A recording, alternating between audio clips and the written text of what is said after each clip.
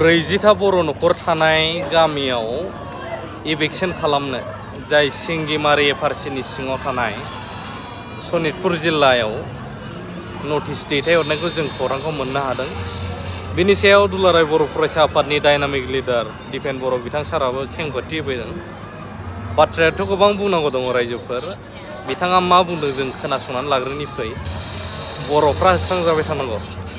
जाहोना जाहैबाय जे मैया 17 जुलाइ 2025 सनितपुर जिल्लानि सारिदुवार हाग्रा बिफाननि सिङाव थानाय सिंलिमारि एफआरसि आरो लोगोसेनो माखासे एफआरसिफोराव सालबारि एफआरसि आरो बारिखारा एफआरसि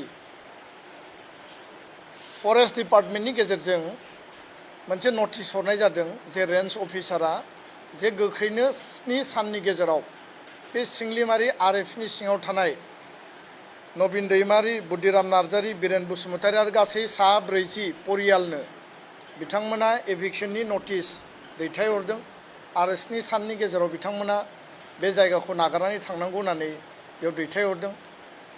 सनितपुर जिल्लायाव गासै आरो बिश्वनाथ जिल्ला आनडिभाइडेड सनितपुर मोन 8 बिधानसभा समष्टि दङ। बिनिनो मोनसे बिधानसभा समष्टि पुराना सतिया आरो आथिखालनि नौदुवार। बे नौदुवारनि सारिदुवार बे ओनसोलाव गोबां समाव जोङो गोबां जेंनानि मोगा-मोगि जाबोनो गोनां जादों। बिटिआर एकर्ड इमप्लिमेन्टेसननि गेजेरजों गामि सोसननाय, फरेस्ट राइट एक्ट 2006 नि गेजेरजों हानि पट्टा होनाय, बे गासैबो खामानियाव जोङो बादा मोनबोबाय थादों। थेवबो दुलाराय बर' फरायसा आफादा जोंनि खामानि मावनायखौ जोङो नागाराखै आरो दाख्लैबावै 6 जुलाइ आसामनि गिबि मन्थ्रिनि चेयारमेनशिपआव एकर्ड इमप्लिमेन्टेसननि जि मिटिं जादोंमोन, जेराव आसामनि चिफ सेक्रेटारि आरो हाइ रेंकनि अफिसारफ्रा दङमोन आरो गिबि मन्थ्रिया 2006 एफआरए एक्ट बायदियै चिफ सेक्रेटारिखौ डाइरेक्सन होदों जे डिसि सनितपुर, डिसि बिश्वनाथ सानैजोंबो टेलिफनिक डिसकासन खालामदों गिबि मन्थ्रिया जे आद्रा थाबावनाय बिश्वनाथनि प्राय 2000सो एफआरसिनि जि एफआरए एन्टाइटेलमेन्ट दङ बेखौ होनांगौ आरो 9000सो जि सनितपुर जिल्लायाव दङ बेखौ गोख्रैनो होनांगौ। दा बे खामानिया सोलिगासिनो दङ। चिफ सेक्रेटारि बिथाङा इन्सट्राक्सन होनाय जादों, गिबि मन्थ्रिया डाइरेक्सन होदों।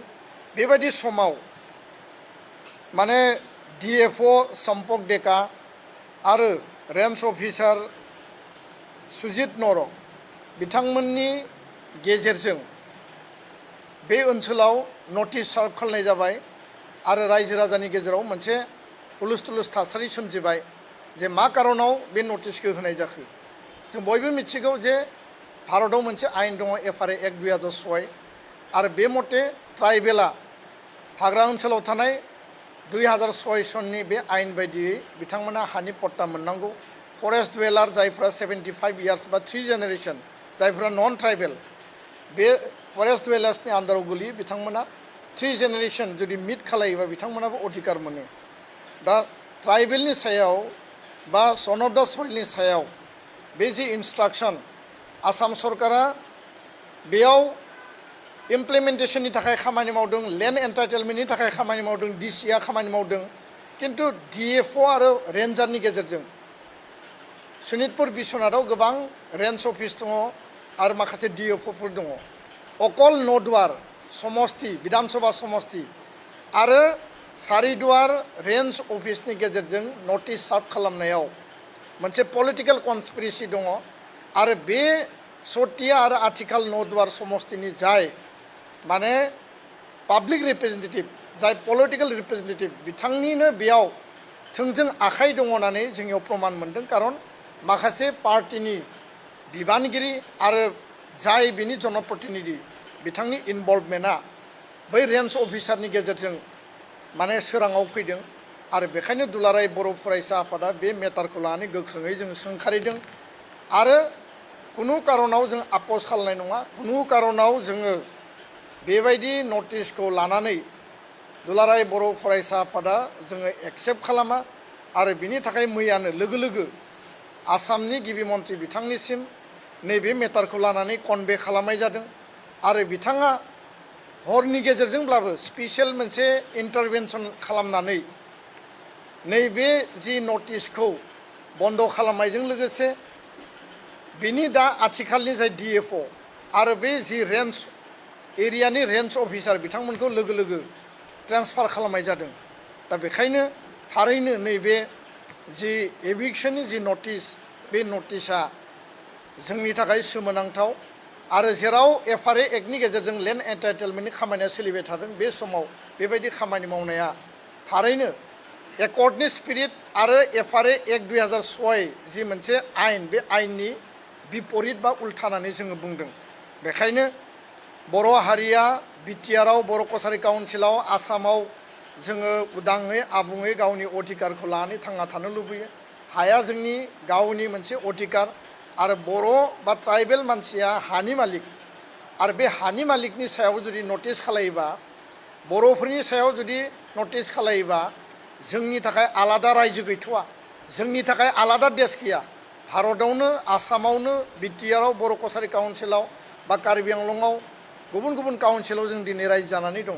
दा बेखायनो बेबायदि हाबाफारिनि गेजेरजों जि जोंखौ पलिटिकेल कनस्पिरेसि खालामनायनि जि खामानि बे खामानिखौ जुदि मावबावब्ला सोरबा जुदि जनप्रतिया मावोब्ला सोरबा जुदि बेक्तिया बबेबा समस्ति भित्तियाव जुदि मावोब्ला सनितपुर बिश्वनाथआव 8टा बिधानसभा समस्ति दङ जेराव साइजेबल बर' भटार बर' मेजरिटि बर' इनहेबिटेड दङ आरो फैबाय थानाय 2026नि बिसायख'थियाव बेबायदि माने जि मोनसे षड़यन्त्र बिनि इम्पेक्टआ थारैनो गोलैगोन। जों सोरखौबा देरहाहोनोबो हायो सोरखौबा फेजेननोबो हायो आरो कुनु कारनाव जों आपस खालामनाय नङा। दिनैसिम दासिम गिबि मन्थ्रिया बिनि सायाव स्टेप लादों, जों गोजोननाय मोन्दों, बिथांखौ धन्यबाद बावदों। किन्तु उनाव आरोबाव जुदि बेबायदि कनस्पिरेसि खालायोबा बेखौ जोङो गनायनानै लाया। बिनि थाखाय जोङो गणतान्त्रिक आन्दलन बा सोमावसारनाय जोंनि प्रटेस्टखौ जोङो खालामगोन आरो कुनु कारनाव बे जायगानिफ्राय जों खारनायाव गैया। बे जायगायाव जोङो हा मोननांगौ FRA एक्ट बायदियै बे दाबिखौ लानानै जोङो सरकारखौ नारसिनगोन आरो सरकारजों जों सावरायगोन। गोजोन्थों। नोंथांमोना खोनानो मोनबाय बिथांनि खुगानिफ्रायनो। दा खोथाया जाहैबाय सनितपुर बिटिआरआव हाबबाय होनो जों बिसिबांसिम साक्सेस इमप्लिमेन्ट जाखो जों बेखौबो बुंनो थाङा, हाबनांगौ। नाथाय बिनि गेजेरावबो दा इभिक्सन नटिस हरजादोंब्ला जोंनि BTC सिङावबो गोबांथार जायगाबो दङ जायफ्रा थानायनि मोनथायानो गैया, जायफ्रा ओरैनो दखल खालामनानै दंफैयो गुबुनारिफोर ट्राइबेल बेल्ट एन्ड ब्लकनि हायाव। बिनि सायाव मानगोनां हाइकर्टआबो अर्डार होबावबाय जे बिथांमोनखौ इभिक्सन खालामनांसिगौ होननानै। दा बिनि गेजेरावनो मानो दिनैसिमबो जोंनि BTC बा BTR गभर्नमेन्टआ जिखि पार्टियानो जाया मानो इनिसियेटिभ लायाखै? जाय हानि थाखायनो सोमावसारबोदोंमोन, नांबोदोंमोन, we want Bodoland separate state बुंबोदोंमोन, दिनै बैफोर लिडारा मा जाखो? गुबुनखौबा होखारनो हाया, होखारनो कर्टआ अर्डार होलायबाबो होखारा। दा बर'फ्रा नटिस हरजाबाय था। मोजां जादोंना रायजोफोर खौराङा? एसे एनालाइज खालामलाय। बेखायनो दायो सम फैबाय इलेक्सननि मुखुब लिडारफोरा गामि गामि थांगोन, सों बैफोर लिडारफोरखौ मा मावदों बर'फोरनि हाफोरनि थाखाय। मियादि फाट्टा होन्दों खैजननो होखो? ना टेम्परारि फरेस्टनि बै ओरैनो मोननाय लेखा? आरो बिनि सायाव गुबुनारिफ्रानो हाखौ दखल खालामगासिनो दङब्ला बर'नि मोनथाया मा थाबावखो? मानि थाखाय नांदोंमोन नोंथांमोना? बेखौ कुइसन खालामग्रो बिथांमोनखौ। हागोन ना हाया?